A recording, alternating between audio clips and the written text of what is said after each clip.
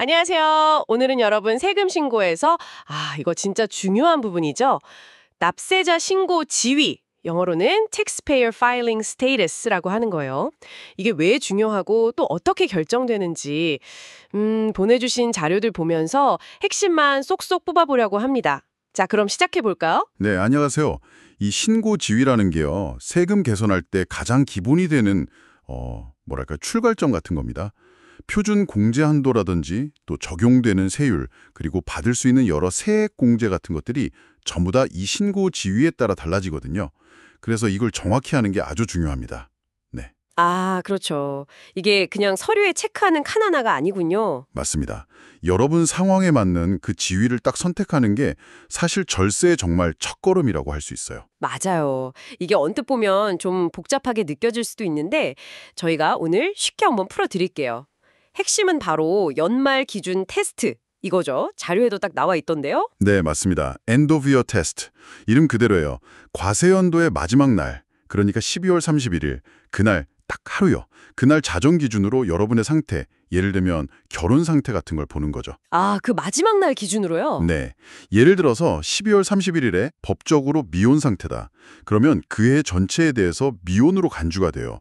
그래서 싱글 지위로 신고하게 되는 거죠. 와, 그러니까 뭐 12월 30일에 결혼했어도 31일에 혼인신고가 안 됐거나 하면 그 해는 싱글인 거네요? 그렇죠.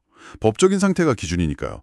12월 31일 단 하루가 그 해 전체의 신고 지위를 결정하는 정말 결정적인 날인 셈이죠. 야, 이거 진짜 중요하네요. 그럼 싱글 말고 다른 지위들은 또 어떤 게 있나요? 네, 또 있죠.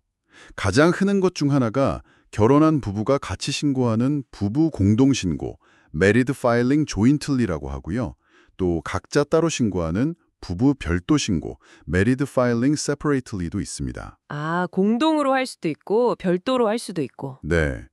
그리고 또 특정 요건을 만족하는 미혼이면서 부양가족이랑 같이 사는 경우에 해당될 수 있는 세대주, Head of Household 지위도 있어요. 이런 지위들에 따라서 소득세율이 적용되는 소득 구간 자체가 달라져요. 소득 구간이요? 네. 예를 들어 똑같이 1억 원을 벌었다고 해도 싱글일 때 내는 세율 구간하고 부부 공동신고일 때 적용되는 세율 구간이 다르다는 거죠. 당연히 세금 액수도 달라질 수 있고요. 와, 세율이 직접 달라진다니 이거 정말 확 와닿는데요. 그럼 혹시 다른 공제 혜택 같은 거에도 영향을 미치나요? 아까 자료에서 IRA 공제 얘기가 잠깐 나왔던 것 같은데. 네, 정확히 보셨어요. 아주 좋은 질문입니다. 대표적으로 개인 퇴직계좌, IRA 공제 한도가 달라져요. 예를 들어서 2023년 기준으로 한번 볼게요. 직장에서 퇴직연금을 제공받는 경우에요. 싱글 납세자는 조정 총소득, AGI라고 하죠. 이게 기본적으로 총소득에서 특정 항목들을 뺀 금액인데 이 AGI가 대략 7만 3천 달러를 넘어가기 시작하면 IRA에 넣은 돈에 대한 공제 가능액이 점점 줄어들어요. 소득이 높아지면 공제가 줄어드는군요. 네. 그런데 부부 공동신고를 하는 경우에는요. 그 기준점이 훨씬 높아요. 약 11만 6천 달러부터 공제액이 줄어들기 시작합니다.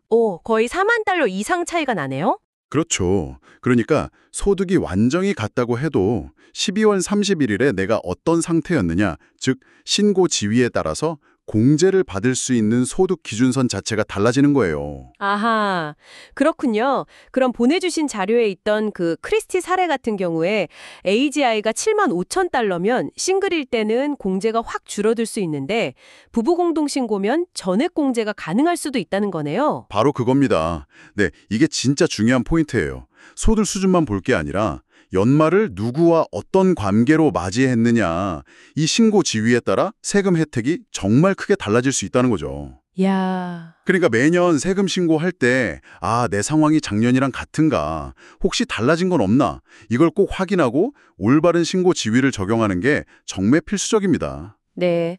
오늘 얘기 나눠보니까 이 신고 지위라는 게 정말 세금 계산의 많은 부분을 결정짓는다는 걸 다시 한번 깨닫네요. 그냥 뭐 작년에 했던 대로 따라하는 게 아니라 매년 12월 31일 기준으로 내 상황이 어떻게 변했는지 꼭 확인하고 가장 정확한 지위를 선택해야 한다는 점, 이거 꼭 기억해야겠습니다. 맞습니다.